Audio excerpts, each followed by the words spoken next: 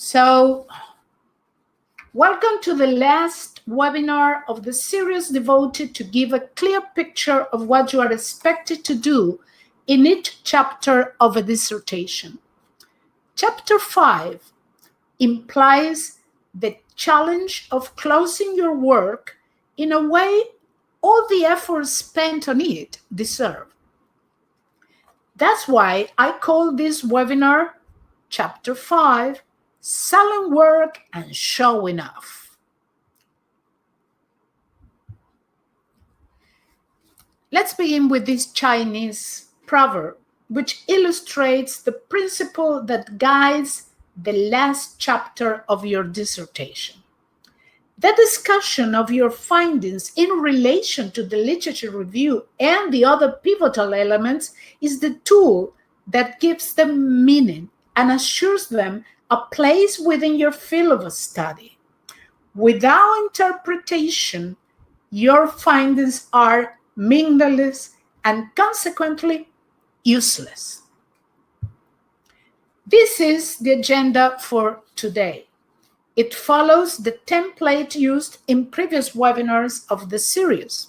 So we began talking about general thing, and then we go into how to develop the chapter, what are the common mistakes that are present usually, and how to avoid them. Well, the focus of today's webinar is the discussion of your findings. How to do a good discussion of what you have found so your work can have an impact on the field of study and the target context of the research. An important concept to clarify is what discussing findings really means. Generally speaking, discussion means to talk about a topic in a formal way so as to have enough information about its pros and cons that let us make conclusion or call for action. Is it the same in research? It is that, basically, but the key point is that the information should be related to each other in a way that makes relationships clear and suitable to support conclusions and foster its use in similar context. When you discuss your findings and make recommendations, you are, in fact, promoting your work. This is the part of your dissertation that is intended to convince your audience that your work is valid and significant and deserves to be known and used.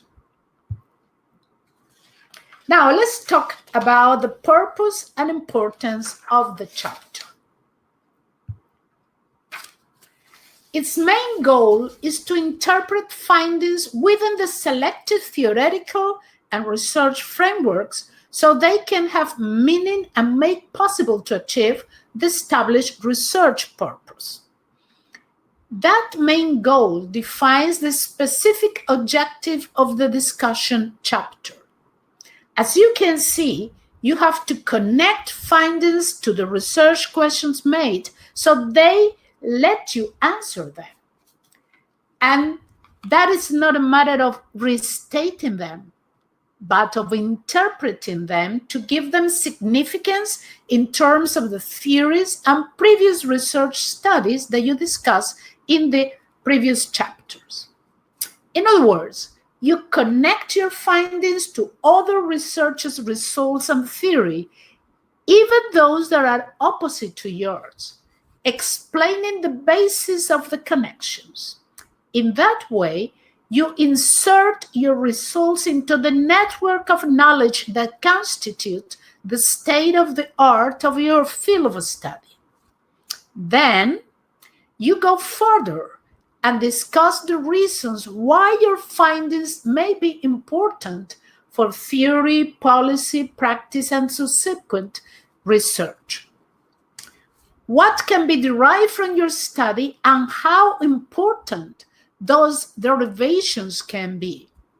You also propose courses of action that, based on your findings, can be used to address the research problem and similar ones. Okay, now it's time to present to you a set of ideas that may be helpful to develop the last chapter of your dissertation. First of all, I like to make these 3 points clear because they impact the content of the chapter significantly. At first sight, they look straightforward, and in fact, they are. But many students mess them up. Therefore, reflecting upon the difference between these 4 concepts explains you avoid mistakes while developing the chapter. Findings are the input information to answer the research questions.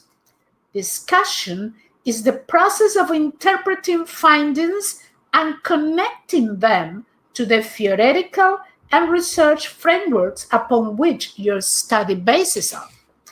Conclusions are the general statements derived from discussion that summarize your research work. And recommendations are the suggestions you make to apply what you have found or to expand your study. An important thing to remember is that both conclusions and recommendations should not exceed the scope of your research, and you must limit them to what your data precisely shows. Okay, now the role of theory. Theory in chapter 5 helps you give meaning to the collected data, which implies it provides you the framework within the findings make sense. You have to give sense to your findings. Theory also lets you connect your study to others that approach the problem from the same or a different paradigm. It gives you support to the formulated hypotheses and questions, generate interpretations, and make assumptions in relation to the problem. It also limits the generalization of your study to only the key variables and the context involved, so you can keep your scope in the discussion. And it provides a common language to communicate with people interested in your field of study. And the scope of conclusion, first I have to say that theory is an important element of chapter 5, and you need to make supported connections between your findings and the theory upon which your study is based. You have to give evidence for those relationships.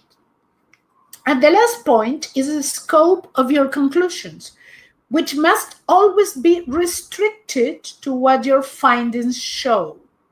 You cannot get so enthusiastic as to derive conclusions that do not provide, for which you do not provide strong evidence to support them, or you cannot make recommendation that exceeds the limits of what you had found, because you will not be able to support that.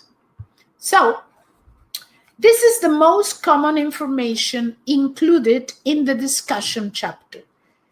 But the opinion of your university and supervisor is prevalent in relation to this issue. All these pieces of information require critical analysis to be discussed properly. So, it's not a matter of presenting findings, but of analyzing their nature and relationships and deriving outcomes in a way that is coherent to the scope of the study. Once again, I want to point out what some terms mean, because The clearer these ideas, the better the development of the chapter. The 4 terms are related to the 4 questions presented in the slide. So, whenever you think about these terms, ask yourself this question. What do the results mean? Why do the results matter? What can't the result tell us? What practical action or scientific studies should follow? Okay? And this slide shows the connection between the discussion of findings and other parts of the dissertation that provide the input information to interpret your results.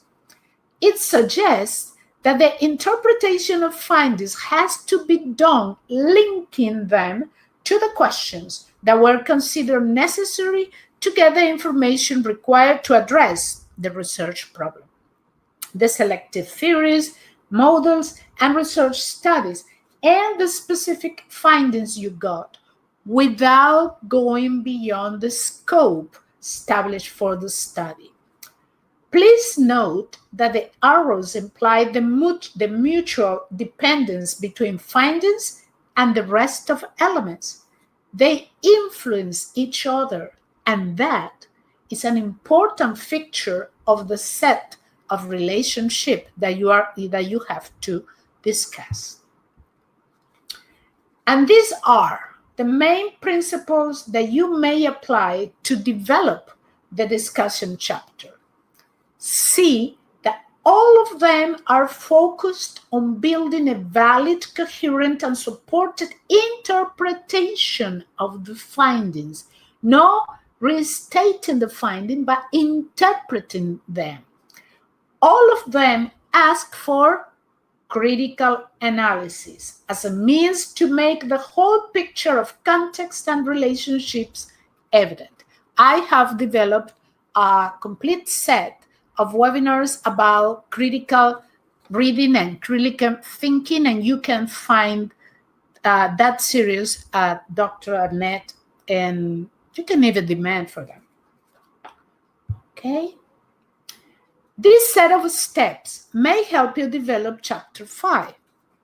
Of course, the definitive outline depends on the requirements of your university or advisor.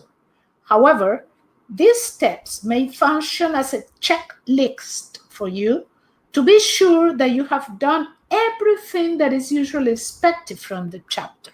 So when you are creating the chapter, you can follow these steps, and when you finish doing that, you can use it as a checklist. Okay? Now, I want to give you some hints that have proved to be helpful to my mentees and other students I have worked with.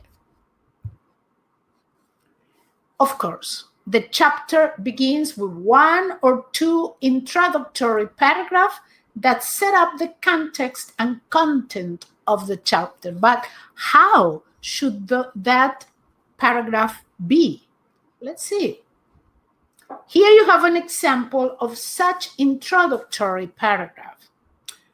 Once again, I have chosen the work of my mentee, Dr. Christopher Gelderks, not because I love him, which I do, or what I do, but because his work illustrates an outstanding dissertation that can be used as a model to follow. This paragraph is short, simple, and straightforward. The 3 S's we have pointed out in other webinars as key to write clearly and coherently. Your first paragraph has to be, and it's the same with the problem statement, has to be short, simple, and straightforward. Say the things directly, doing it in a clear way, and don't use too many words to do that.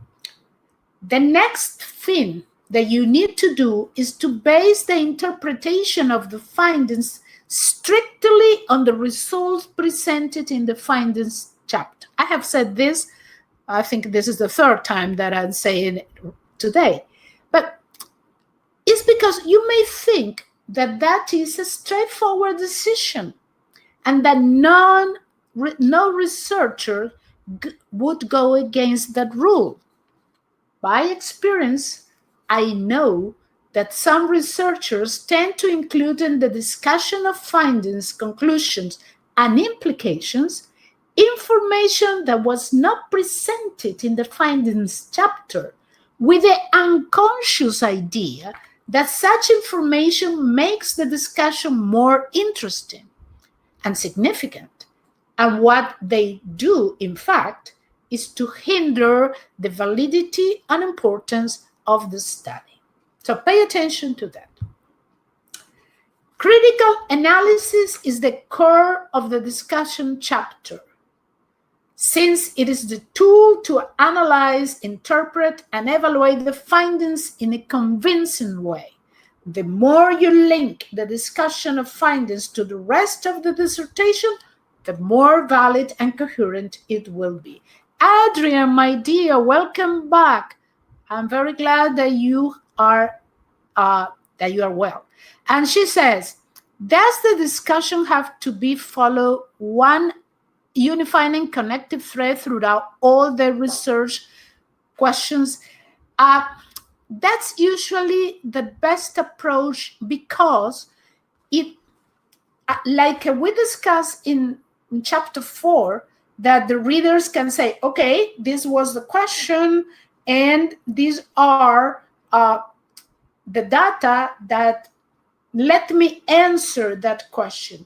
In the same way, if you present your research question and you discuss your finding, and then the next one and you discuss the finding, the readers can follow the whole discussion in a smooth way.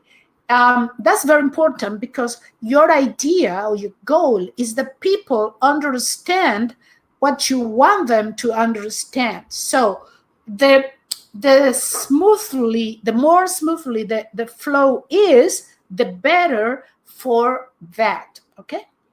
For getting that result or that goal, in fact.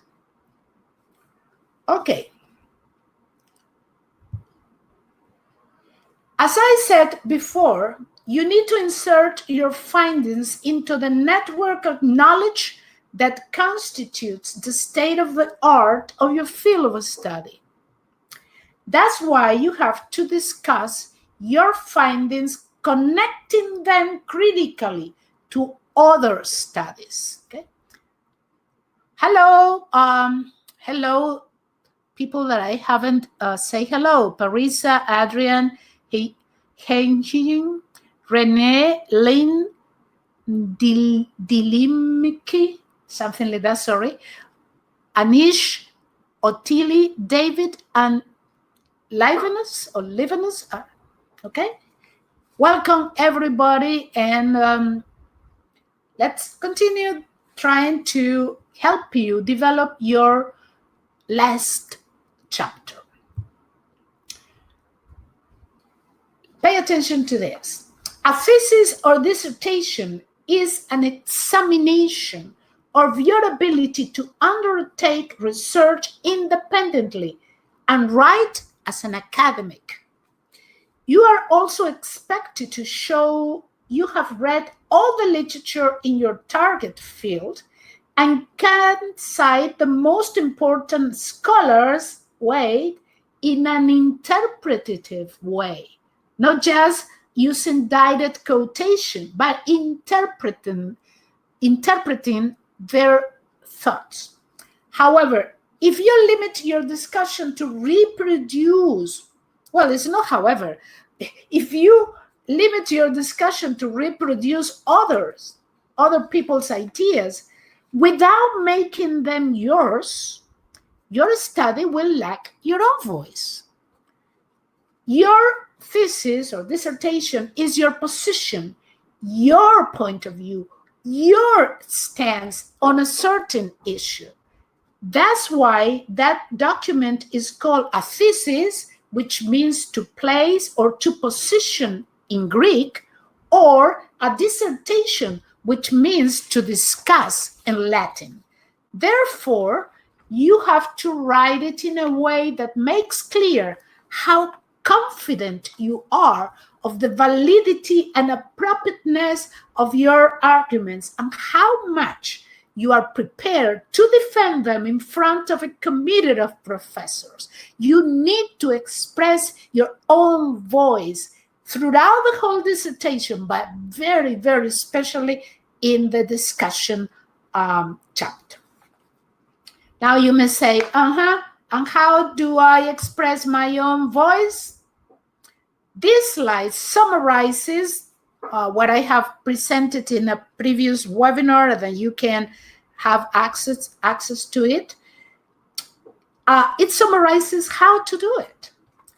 Basically, taking advantage of the language resources.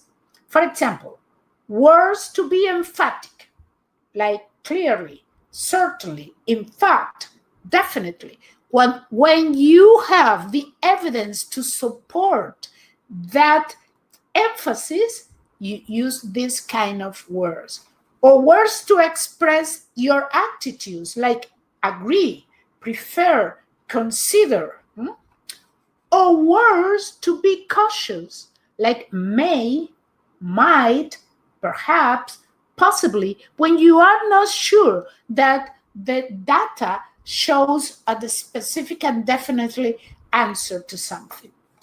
Of course, expressing your own voice goes beyond the use of these language resources, since support is required to make a strong argument. So you need the words, yeah, but you also need the evidence, and you also have to connect both things in order to convince, which is your ultimate goal.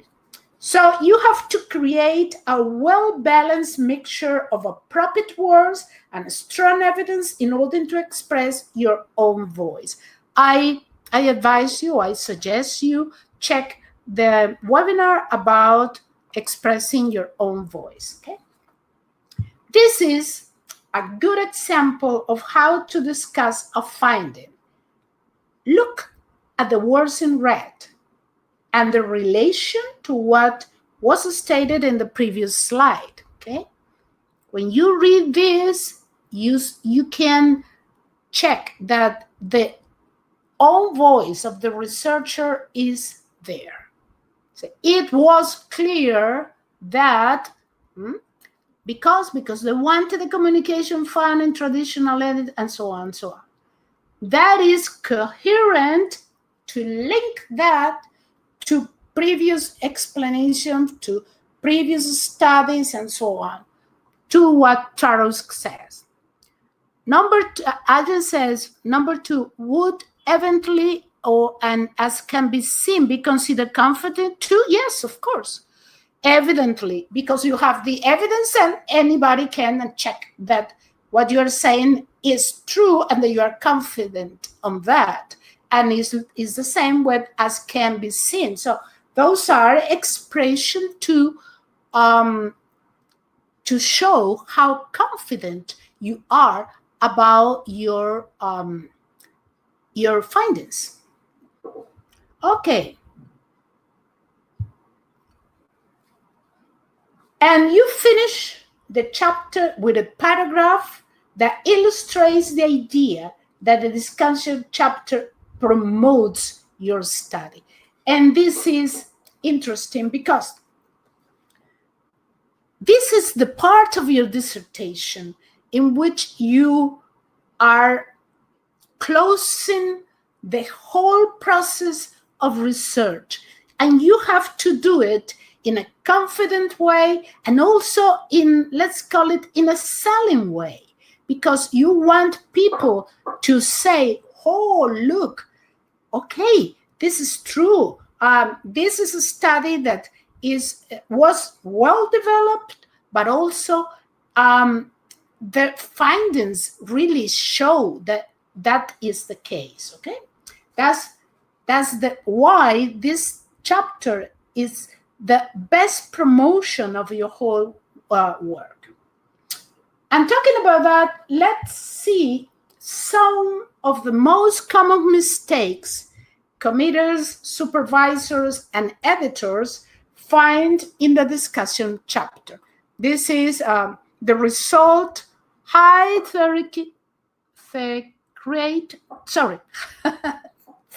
welcome, my dear. Okay, this what I'm going to present now is a summary of things that we have found in different, by the experience of different scholars. Adrian says, is this also referred to as duration for future research? Duration for future research is mostly related to conclusions and recommendation. But here in the chapter, the main body of the whole thing is to discuss your finding, connecting them to the foundation. Do you remember that when we discussed chapter 2, I said that chapter 2 is the foundation of the research. Everything that you put on your dissertation has to be within that framework. Now, in chapter 5, you get back to that framework and you say, I have these results. How can I put them into this framework? And that's what you do in chapter 5, to put, like in a puzzle, to put your results within the framework of the theoretical and research thing that you did in chapter 2. Okay. Now let's see, what are those common weaknesses? Well, here you have a list. Of course, they are not all the same. I can say, so we are bringing it full circle. Yes, my dear, you have to, because your dissertation has to function as a complete unit, like you have a machinery, and everything has a role, and that role is connected to the role of another element, and when they move, they all move together and smoothly. If that doesn't happen in your dissertation, you have a bad dissertation, a poor quality dissertation. So chapter 5, its role is to close the circle. Okay, when you look at these mistakes, you can see that one mistake is absence of interpretation and linking to the rest of the dissertation. So if you don't do that, it happens what I'm already explained to Adrian, okay? The machine doesn't work correctly because the circle is not closed and the elements of the machine are not working together in a smooth way. Another mistake is related to going beyond the scope of the data and including information that cannot be supported by the gathered data. And it's very, very, very common. I have read dozens of dissertations in which when I read in chapter 5, I found a conclusion or I found something that goes beyond what they have said before and beyond the results that are in chapter 4. So they get enthusiastic and say, this is very good for this and this and this. Wait a minute, hold your horses. Where is the evidence to support that? You have to be very careful with that. Getting too enthusiastic and exaggerate the importance of the findings is also a mistake because that can make readers question the relevance of the work. Also, some can completely forget to acknowledge the limitation of their study. So you need to be able to differentiate between strong and weak results. Adrian says, my advisor calls those sweeping statements. Yeah, because it's let me put it here because I think this looks very, very, very beautiful, nice, and so it makes me an interesting discusser. Oh, no. Dilimiki says, sorry if I pronounce this wrong, okay? Sorry. Can you say more about conclusions cannot be made from their data? Yeah, let me explain this. Suppose that you have done a research study and your results, your findings says this, let me put the example into my field of study, education.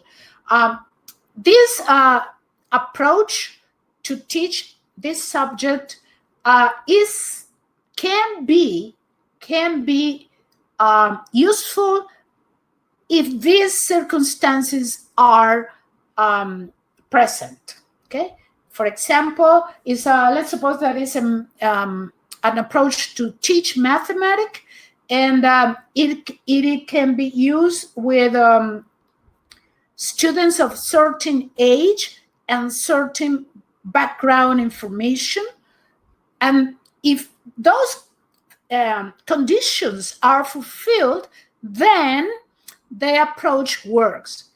What about if the researchers make a conclusion that says something like, it has been proved that this approach to teach mathematics is very successful, and that's all, very successful from every condition, without fulfilling the conditions that the data show are necessary to fulfill?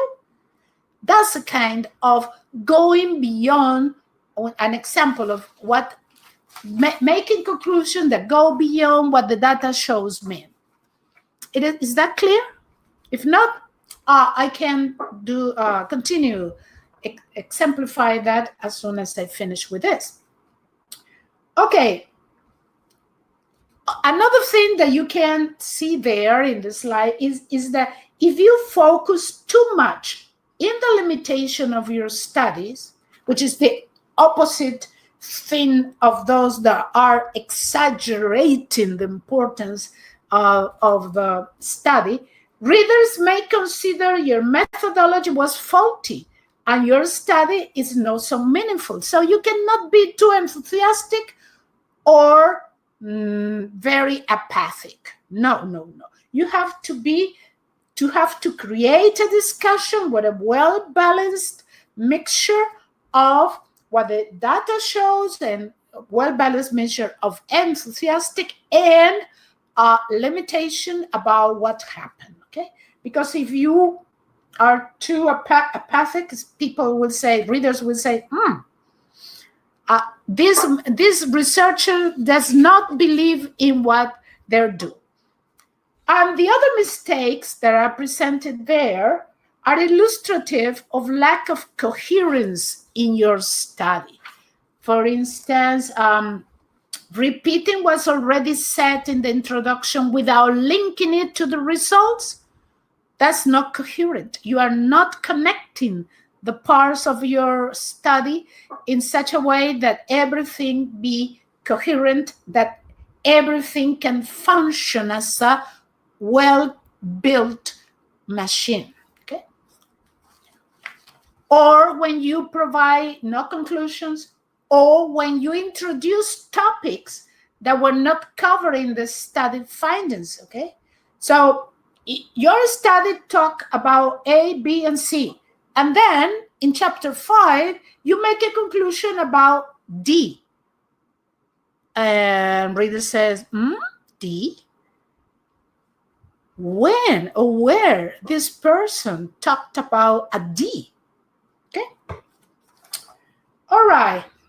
So how to avoid these mistakes? To avoid these mistakes, bear in mind that in your discussion section, you are expected to interpret and explain your results. First thing, interpret and explain the results. Link them to other studies.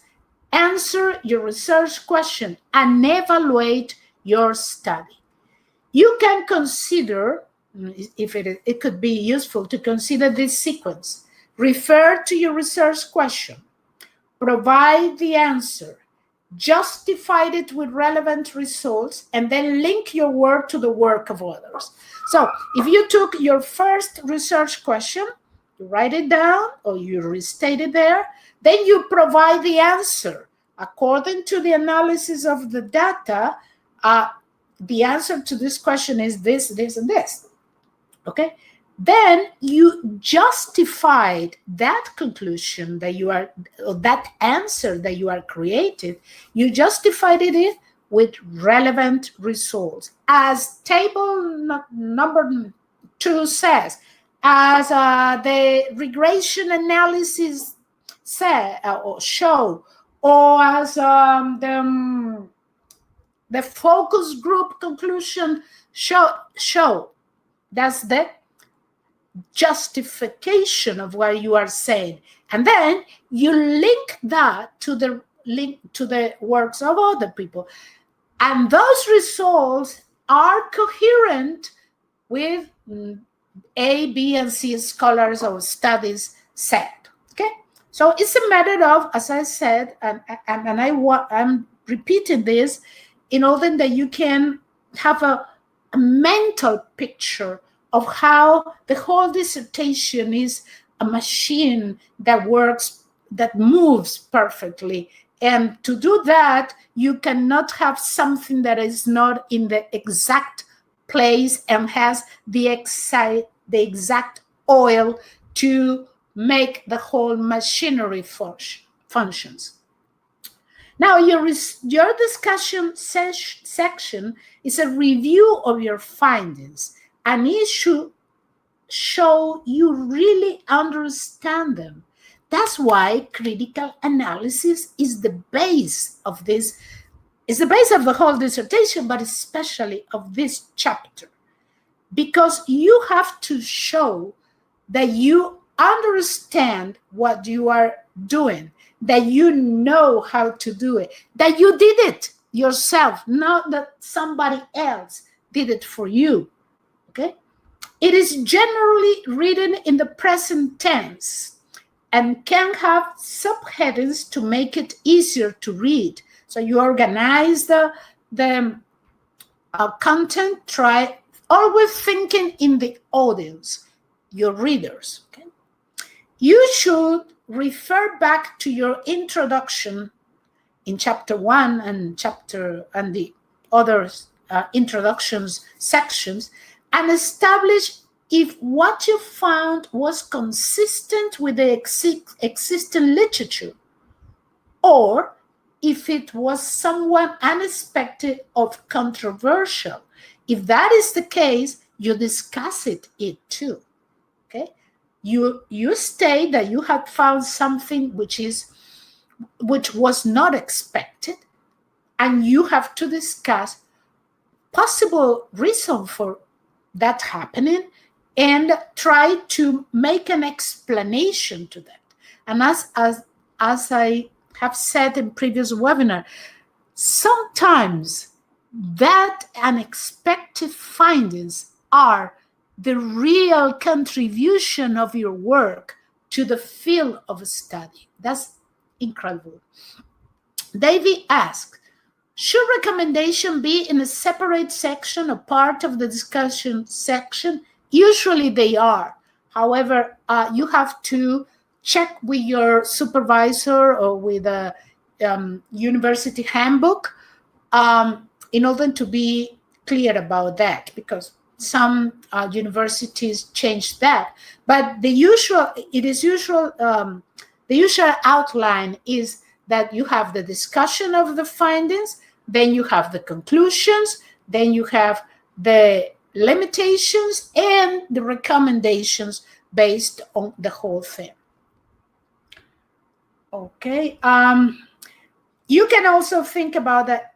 You have to ask yourself and help readers answer these two questions. Did your sampling method contribute to those findings, you have to check that to be sure that your findings are valid. Or does your choice of methodology have contributed to those findings? At this moment is when you have to recheck what you did in chapter 3, in the methodological chapter, because is when you have to make clear to your readers that neither your choice of methodology or your sampling method have strong influence on your finding. Because if they do that or did that, it means that your findings are biased. Okay? And be your own devil's advocate. This will give your conclusion more credence. Be confident, sell your product. And that takes us to the main idea of today. This idea emphasizes three requirements you have to fulfill in order to convince audience of the validity and importance of your work. Okay? You have to interpret your findings, you have to link them to previous research, and you have to express your own voice. Those three things, if you do that, those three things will sell your your product to the readers. They will work as your best way of convincing people. And yeah, Adrian said, how best should we make recommendations that are not just lip service? I would say that the recommendations could be based on the practical impact of your findings, and always analyzing that possibility in terms of the specific context in which you have done your work, and then that you are just saying you can use this, you can do this in similar contexts. You also may recommend things that you couldn't do, and that you think that if somebody else does that, that will complete or at least deepen the knowledge that the knowledge that you have found, and would contribute to fill up the gap of information. And regarding lip service, my dear, in this last chapter, you are selling your work, okay? And that's what I say, don't forget to sell your work. You have worked very, very hard. You have spent a lot of time and effort in doing this. You are convinced that you have done a good job. Then sell it. Show the product, the quality of the process for building it, and its usefulness and importance. Nobody can do it better than you. So do it. Okay? And these are the references for today.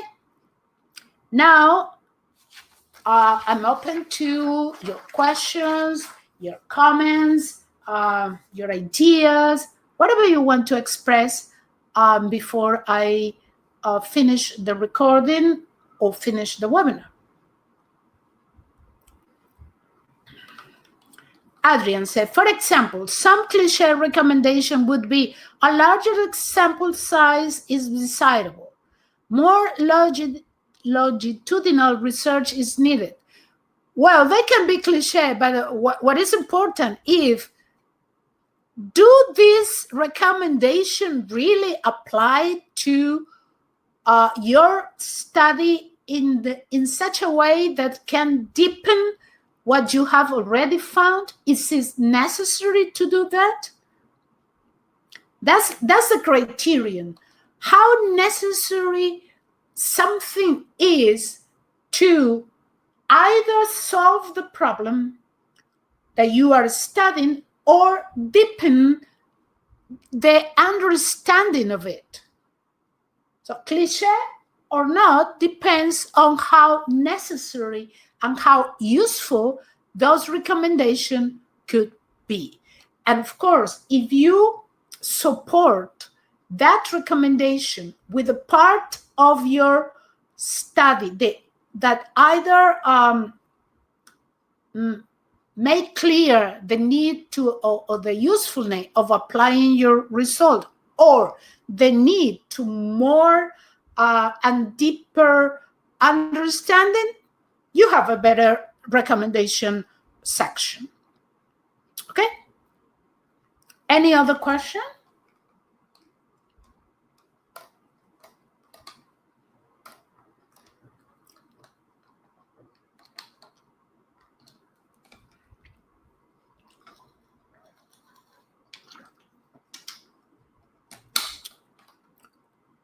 Okay, I'm going to finish the recording, just not to have people waiting, but we continue here, or I continue here. So let's stop.